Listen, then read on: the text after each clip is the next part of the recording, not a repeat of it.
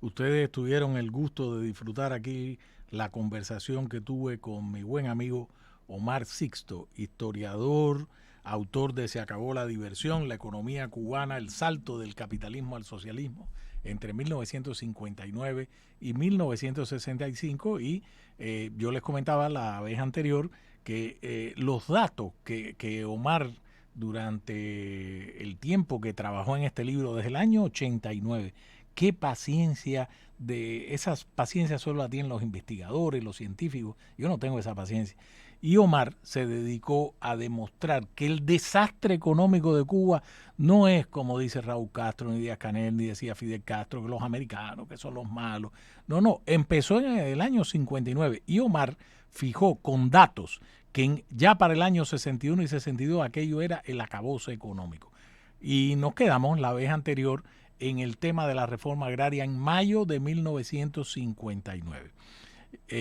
Sí, en mayo de 1959. Y como el tiempo no nos alcanzó, le pedí a Omar regresar porque además tiene la presentación de su libro este viernes, señores. Este viernes 17 de abril la cita es en el Museo Americano de la Diáspora Cubana a las 2 de la tarde, en el 1200 en Coral Way. Es muy fácil llegar. Y es importante, viene mucha gente, pero sobre todo Omar va a desmenuzar ahí cómo llegó a tales conclusiones y se ve el panorama completo de lo que él expone en su libro, Se acabó la diversión, contrario a lo que decía Carlos Puebla en su canción. Y este es el libro de Omar, tremendo libro, señores, tremendo libro. Yo he aprendido mucho porque creemos que no sabemos toda la historia de la P al PA del desastre este, pero cuando uno se mete en los detalles que va encontrando muchos más argumentos que nos encantaría debatir con esos personajillos que algunos andan por aquí que todavía dicen que el papel de Cuba en África para la liberación de aquellos, por ahí hay unos o dos o tres que lo dicen todavía. Bueno, el caso es que he invitado a Omar de nuevo y ahora que lo presente le voy a entrar directo en cosas que vi en el libro. Omar, bienvenido a La Resistencia, aquí está, mira, hice la tarea, ¿eh? Miguel, ¿me escuchas? Sí, te escucho Pues perfectamente, qué bueno. así que Aquí estamos. bienvenido. Mucho gusto otra vez de saludarte. Gracias. Oye, Omar, entonces, la presentación de tu libro va a ser este viernes en el museo, ¿correcto? Este Eh, viernes a 17 de abril, día significativo para los cubanos y para la libertad de Cuba. A uh-huh. las 2 de la tarde nos vamos a ver ahí.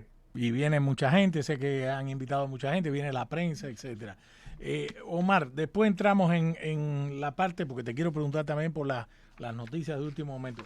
En el capítulo 3 de tu libro, y aquí lo tengo, en el tema de las nacionalizaciones y el famoso conflicto con los Estados Unidos, como Fidel Castro lo planteó entonces, este, o sea, tú planteas aquí la historia de los bienes malversados, el ministerio que se inventaron, a quién puso al frente, pero yo quiero empezar, ahora que hemos estado con esta historia del petróleo, y tú esbozaste algo la vez anterior sobre el petróleo de los rusos, la nacionalización de las empresas americanas. ¿Por qué no nos ilustras un poco de esto para tener la perspectiva hoy? Sí, los soviéticos ya habían intentado vender petróleo aquí en el hemisferio. Lo intentaron en Uruguay, en Argentina, en varios países y en todos fracasaron porque es un crudo muy, muy pesado. Incluso creo que fue en Uruguay que empezaron ellos a hacer una refinería para que pudiera procesar ese En los petróleo, pero años 60, en el 59, ¿en qué año? en la década del 50. En la En la década del década del 50. 50. O sea, Y ya ya, en el año 60 se les da la oportunidad con estos muchachos de Fidel Castro que llegaron a La Habana y la encontraron abierta para ellos. Todo un claro. país que se ganaron casi que bajando de la sierra. Y increíblemente, Estados Unidos, te dije el otro día que fue el primer país que reconoció al gobierno provisional cubano. Y Estados Unidos tendió una mano de amistad muy, muy grande al principio. Incluso cuando Fidel Castro fue a Nueva York, no, fue a Washington a Eh, principios de 1959, que no lo recibe Eisenhower, que estaba jugando golf, lo recibe Nixon. Y Nixon era un personaje complicado, pero así todo, Fidel Castro le prometió a Nixon que no iba a dejar que los comunistas estuvieran en el ejército y le prometió mil cosas.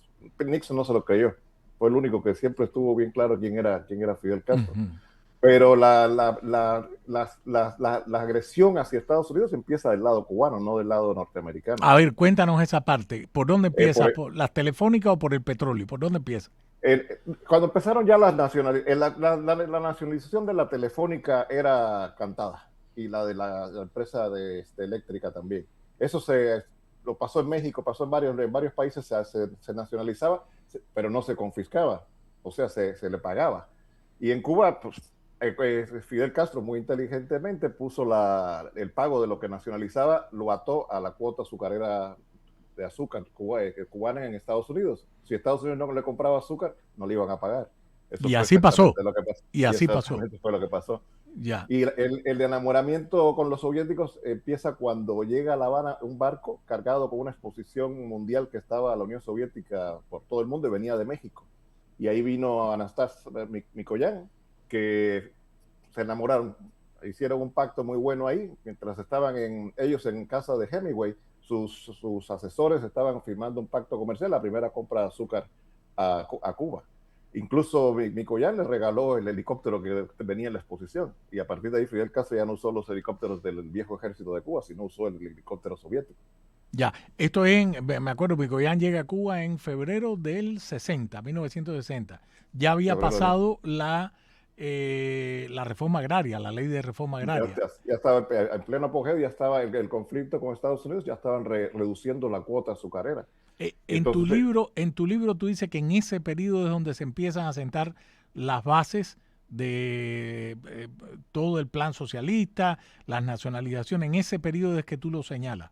sí, empieza en 1960, es que empieza a acelerarse. Incluso, así como nos tiene el USA Today hoy, mandando mensajes diferentes, hubo un periodo del mes de febrero de 1960, un periodo de distensión y del lenguaje de Fidel Castro, incluso en los discursos, no era tan antiimperialista como anterior. Pero a partir de ahí, no, a partir de ahí lo que hizo fue arreciar. Y ahí Ah, empezaron las grandes confiscaciones. La de las refinerías fueron en junio. Y a partir de ahí, el día junio de su de que del cumpleaños, 59 o del 60, del 60 del y 60. de 1960. Y a partir de ahí se embulló, como dicen en Cuba, y siguió confiscando. Y el día 13 de octubre, el día de su cumpleaños, se confiscó toda la 13 de industria. agosto, 13 de 13 agosto, de agosto, 13 de agosto, 13 de perdón. agosto. El 13 de agosto se confiscó completamente casi todas las propiedades norteamericanas, y que era casi un tercio, casi un tercio de la economía Ahora, nacional. explícame esto, mi querido Omar. Tú me dijiste la vez pasada que el barquito ese de papel de petróleo ruso, pues sencillamente porque te traían crudo pesado, destrozaba, que en Cuba lo que había era, o sea, los americanos lo que habían puesto en Cuba era para esa época una tecnología de punta. En materia eléctrica, en materia energética, en materia de telefonía, etcétera, etcétera. Y tú dices que eso, por supuesto, iba a dañar. También me dijiste, y aclárame esto, que el sistema eléctrico nacional cubano, el mismo que hoy es un Frankenstein, también era adelantadísimo. Sí. Batista fue su último, o sea, su dictadura blanda, como decía Carlos Alberto Montaner. Fue muy corrupto el tipo, pero también apoyó mucho la economía, fomentó mucho la economía, creó una banca de desarrollo y le dio unas facilidades por ejemplo, a las empresas petroleras, le dio unas facilidades para tener 20 años con impuestos bajos. Y todas, todas invirtieron en plantas nuevas, la ESO, la Shell en La Habana y Texaco en Santiago de Cuba.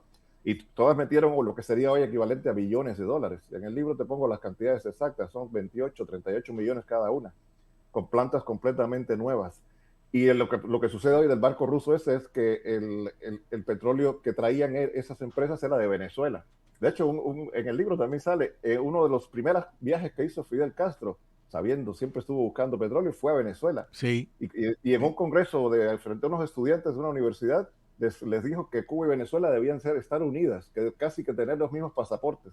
O sea, el hombre le gustaba el olor del combustible venezolano desde el principio. Tuvo que sí, esperar hasta casi 40 años para que Diosito le mandara a Chávez.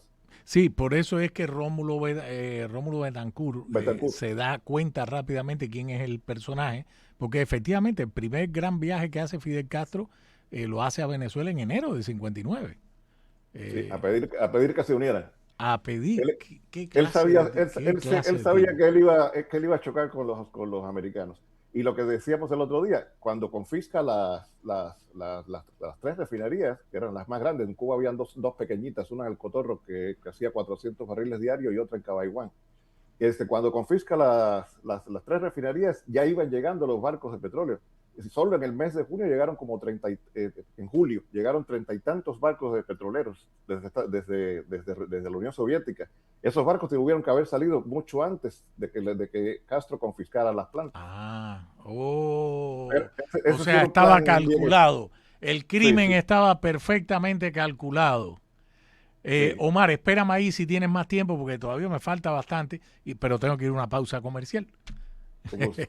Estamos con Omar Sisto. Seguimos conversando aquí con el historiador, autor de Se acabó la diversión y empresario, exitoso empresario, sobre este libro que va a ser presentado este viernes 17 en el Museo Americano de la Diáspora Cubana.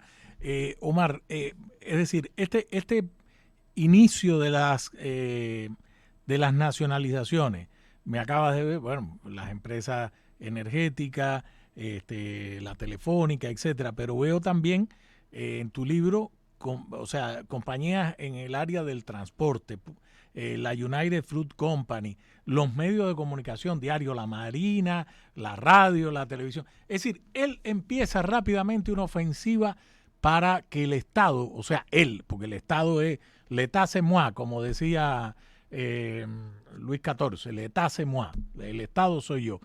Él empieza, no es variopinto, es para todos lados, él empieza a escoger y obviamente primero va contra las propiedades de los americanos. Sí, efectivamente. Fidel Castro tuvo varias etapas de que se iba quitando la máscara cada día más. Empezó cuando presó a Hugo Matos y de ese mismo día, esos mismos días, desapareció a Camilo Cienfuegos y sacó del gobierno ¿cómo se llama? A Fresquet. Y entonces ese es el primer paso. El segundo empieza con el estallido del barco La Cubre en el puerto de La Habana en marzo de 1960. Él aprovecha eso y la conmoción que causó eso para acusar que fue un atentado, un sabotaje, lo cual no fue. Uh -huh. Incluso muchos cubanos, la mayoría, yo estoy seguro que piensan que La Cubre se hundió. La Cubre fue reparada, el barco fue reparado y funcionó hasta los años 70 y tantos.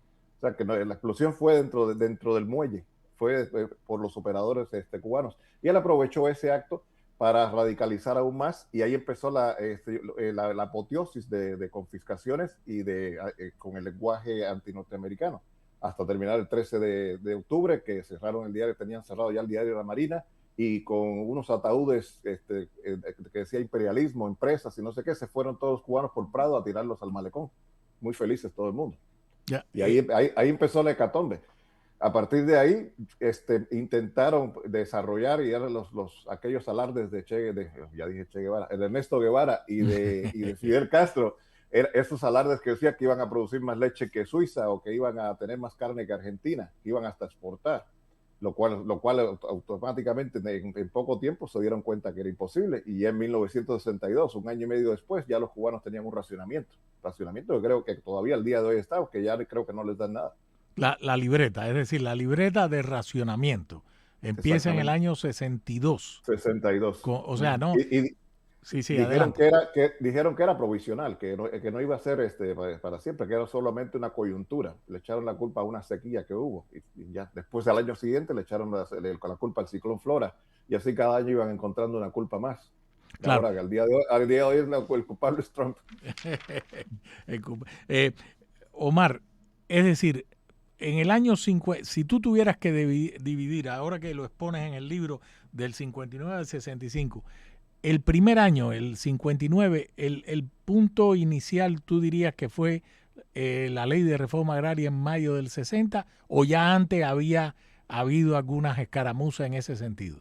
No, no, hasta mayo de 1959, esos primeros 5 meses ellos estaban buscando, adaptándose a ver qué pasaba y el sector privado cubano estaba muy colaborador con Fidel Castro y con su gente y con el gabinete que era el gabinete estrella, pero no tenía el poder real. Ya cuando ellos salen a la palestra, ya de verdad, con el proyecto que tenían, es a partir de la ley de reforma agraria en mayo de 1959 y la creación del Instituto Nacional de Reforma Agraria, que ese es el gobierno. A partir de ahí fue el gobierno durante casi una década, hasta después del desastre de la zafra de los 10 millones, que es Ya, cuando ya los soviéticos le dicen que se tiene que componer, que se tiene que comportar bien, y lo obligan a institucionalizar la constitución y todas las cosas esas que hicieron. ya. Y entonces, el año 60, o sea, todavía él declara, ahora que estamos en abril, carácter socialista de la Revolución Cubana, que no sé qué, el 15 de abril creo que lo declaró. El 15 de abril en el O sea, hoy, 1961, un día como hoy, un día como hoy, hace hace 65, 65 años, señores. 65 años. 65 años, es decir, la edad del Medicare, que tenemos que ir a la pausa. Dios mío. Omar, tú me puedes esperar un ratico ahí, un momentico. Con Seguimos conversando aquí con el historiador Omar Sisto. Omar, nos quedamos en el punto que entonces, antes de que Fidel Castro declarara el carácter socialista de aquella cosa, de la revolución, que fue el 15 de abril del 61, tú dices que en este periodo después de la reforma agraria y todo el año 60 hasta la visita de Mikoyan, ahí se empezó a fraguar absolutamente, ya era Ya el estaba. socialismo, ya estaba. Ya está, ya, desde las nacionalizaciones, ya, por supuesto, Fidel Castro era muy astuto, no lo decía claramente. Ernesto Guevara, que no tenía filtros en su lenguaje, sí lo venía diciendo. En cualquier discurso que se paraba, ya le hablaba del socialismo y de la planificación y de que no iba a quedar un solo capitalista en Cuba. Cuando sucede todo esto en el principio del 60, es cuando está él y Antonio Núñez Jiménez, porque Fidel Castro le deja a Antonio Núñez Jiménez la dirección del INRA, la dirección del día a día, y él empieza a asumir un papel más internacional, haciendo todos estos tratos con los soviéticos. Pero estaba Ernesto Guevara y Núñez Jiménez, andaban por todos los países socialistas recogiendo la chatarra del otro día que hablamos, que era supuestamente para la industrialización acelerada de Cuba, que iba a tener más acero que Japón. Entonces, ellos sí ya actuaban como un gobierno socialista, y la reforma agraria fue aplicada para no dejar a un solo campesino con más de 5 caballerías de tierra, que ya es 5 caballerías, ya una extensión de terreno sustancial. Ninguno quedó. Fueron quitándolos poco a poco, y las tierras que repartieron no se las dieron al campesino, los metieron en cooperativas.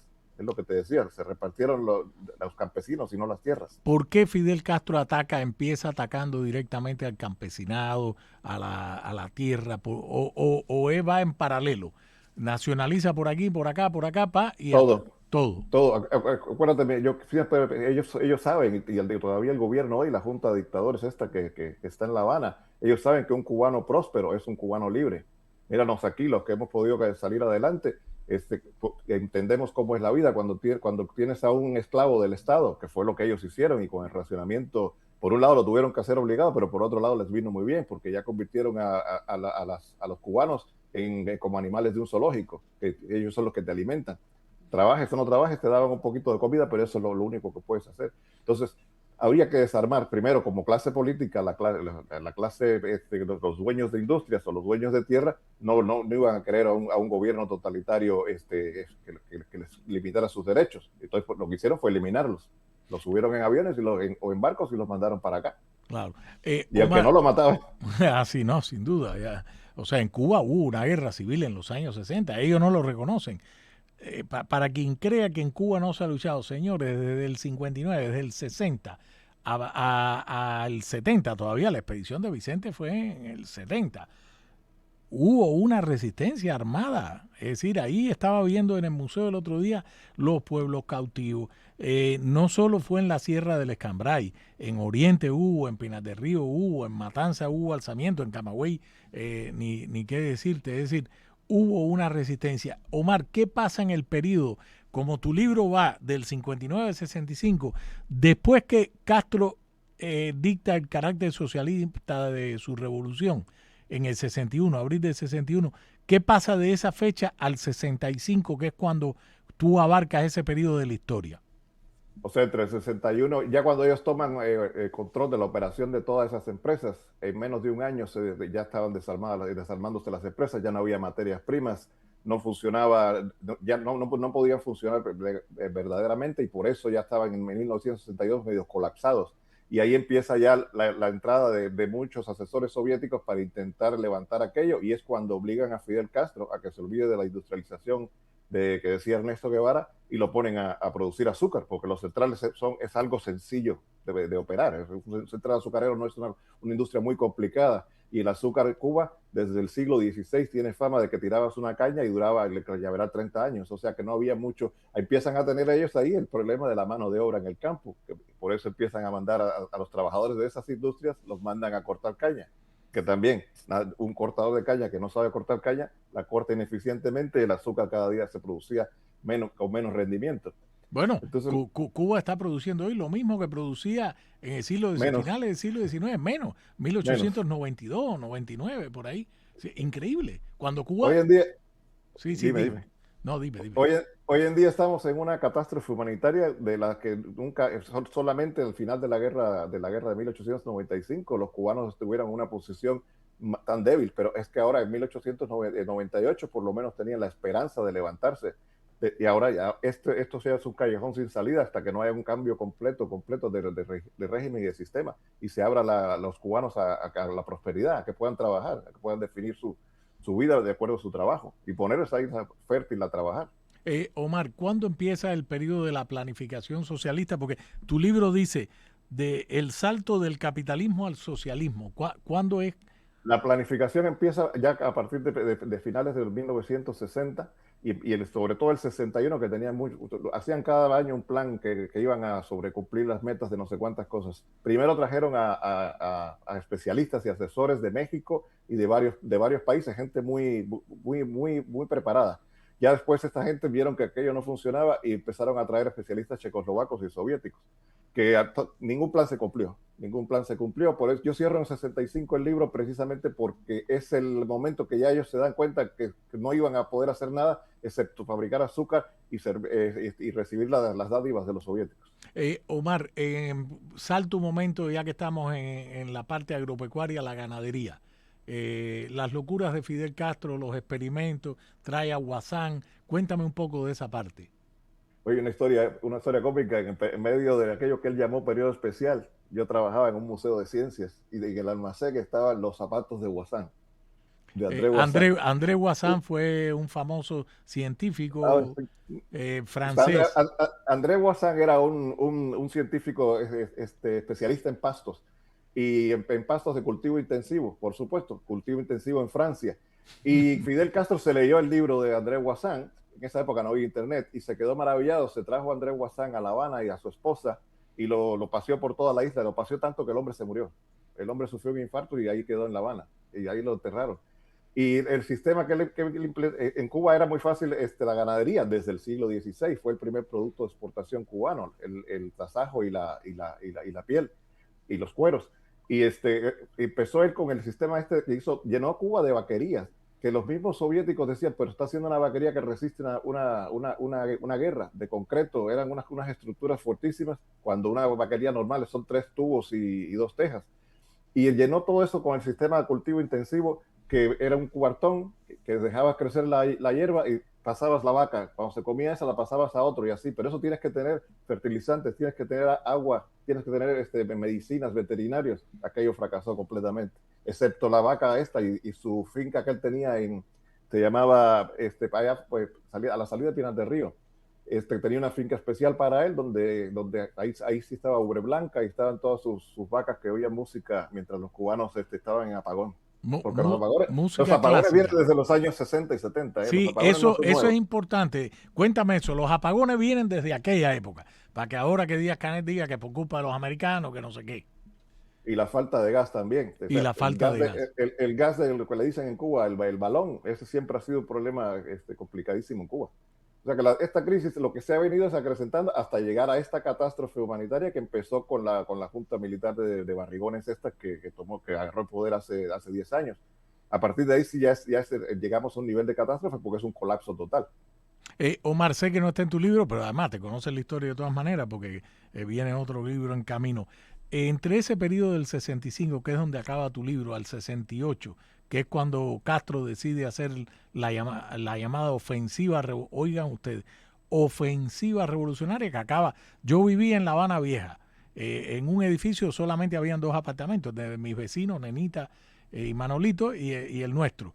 Abajo estaba el bar de Manolo. Yo de niño iba, llegaba de la escuela y ahí me daban mi refresquito. Yo enamorado de aquellas maquinitas que tenían, me atraían mucho los colores, tenía 5 o 6 años. Los colores eran dorado, azul, verde, amarillo y rojo creo que era. Y de la noche a la mañana yo no entendí, no hubo más bar de Manolo, que esto ocurre en el año, todo el periodo del año 68. 68. Ese periodo, cuéntame, ¿por qué decide terminar con lo poco, los friteros, lo poco que quedaba en Cuba, los peluqueros, qué sé yo? Fíjate que tras la muerte de Ernesto Guevara en Bolivia, él, que lo había sacado de circulación de Cuba, sin embargo, no se sabe por qué, él empieza a adoptar todas las mismas ideas extremistas del argentino. Y ahí viene el extremismo ideológico ese de que el Estado, de que el problema de Cuba, lo que te vuelvo a repetir, un cubano próspero es un cubano libre, y los cubanos hacían mucho negocio entre ellos y se sobrevivía con esa pequeña propiedad que todavía quedaba y él no podía permitir eso y le dio como yo digo, puede ser como una locura ideológica y decidió confiscar todo y poner a todo el mundo a trabajar para el Estado. Yo nací un año después, yo nací en el año del esfuerzo decisivo, Oh, decía él. 69, el Sí, año me acuerdo porque yo empecé creo que quinto, primero o segundo grado, y tenía que escribir año fue a del aprender. esfuerzo decisivo. Yo Sí. la primera vez que escribí, creo que lo que me acuerdo del año fue de la institucionalización, que Oh, fue en sí, es 1977. 75, 77. 77. Sí, sí, sí, sí. Qué horror. Eh, Esa fue la etapa que él tuvo una locura. Yo siempre le he dicho al orador Orate, tuvo una locura más mayor que fue primero la ofensiva revolucionaria y después arruinar el país en pos de una zafra inútil, que lo que iba a hacer es arruinar el país o arruinar el mercado azucarero mundial. Tú Por me supuesto, no lo. contaste que yo conozco el caso de aquel que fue viceministro con el Che Guevara, que le dijo, oye, eso no se puede hacer. Tú me contaste el episodio de que hubo gente que le dijeron, oye, esto no puede ser, la zafra, no vamos a dar 10 millones, olvídate. No, eso se lo dijeron mucha gente, pero el señor siempre fue así, que él podía conquistar la naturaleza, podía conquistarlo todo. Lamentablemente nos lo conquistó a los cubanos, a mis padres y a mis abuelos, y ahí me tocó yo nacer en Carambola. Pero bueno, lo bueno es que ahora sí ya por lo menos vemos la luz al final del túnel, al parecer. Como dicen, Sí. mientras más oscura se pone la noche, es que quiere decir que va llegando el amanecer, y ahora mismo está muy oscura. Omar, ya que hablas de eso, te traigo un poco, me saco de tu libro a la actualidad. Este, tú como analista y como historiador, este momento, ¿cuáles tú ves las salidas posibles? Sí, porque acaba de decir, y todos lo sabemos, Cuba está en medio de una crisis humanitaria a gran escala. ¿Cómo Sí. evalúas este momento, Omar? Yo veo yo no soy analista así completo, te puedo decir mi opinión, pero veo mucha gente y muchos medios de prensa y muchas plataformas que se preocupan mucho que si ellos hicieron tal medida, que si ahora están haciendo otra medida, que si van a dejar llevar no sé qué. Eso ya no hay que pensar nada más. La única opción es completamente la radicalización de ese régimen completo. Lo que hacerles justicia, ya eso será después. En este momento lo que hay que hacer es eliminarlos completamente para que se abran las puertas y sacar a los cubanos de la isla que están cautivos en esa isla, sacarlos de la edad de piedra en que están sumidos. La situación humanitaria, no nos enteramos yo creo que ni de la punta del iceberg. Yo me imagino cuántas personas de tercera edad, cuántos niños están con hambre, sin forma de cocinar. Imagínese usted un matrimonio de personas mayores que no tenga posibilidades, no llega gas a la casa, tienes que salir a buscar una madera o pedir limosna.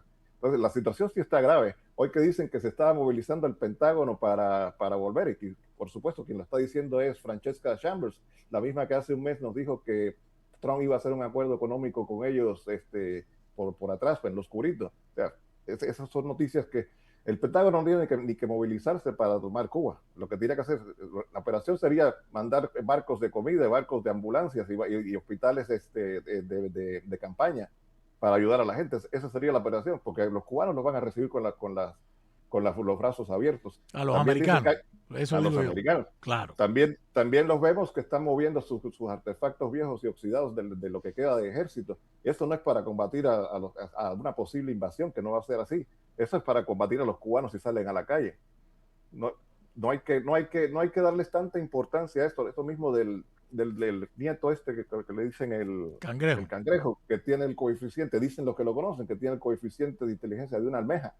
Dice que yo ahora, sí, dicen que dice Mario Pentón que hay una carta que mandó. Este muchacho debe haber visto 10 o 12 películas de 007, de 007, y trató de hacer un sistema alternativo de comunicarse con Trump, lo cual te da el nivel de poca inteligencia que en el mundo hay mucho, en la historia hay mucha gente poco inteligente que ha hecho cosas así.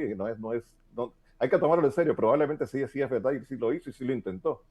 O o la prensa que está entrevistando también a el boricua, ¿cómo se llama? El nieto de Fidel Castro, Sandro Castro. que habla como puertorriqueño. Ese Sí. también lo entrevistó a NBC. O sea, le dan lugar a esa gente. Sí, no, CNN, ese fue CNN. No, NBC también Sí, NBC también lo entrevistó, sí, sí. sí, lo entrevistó en La Habana a través de Zoom, yo creo. Sí, Entonces, ya, tienes razón. Sí, sí.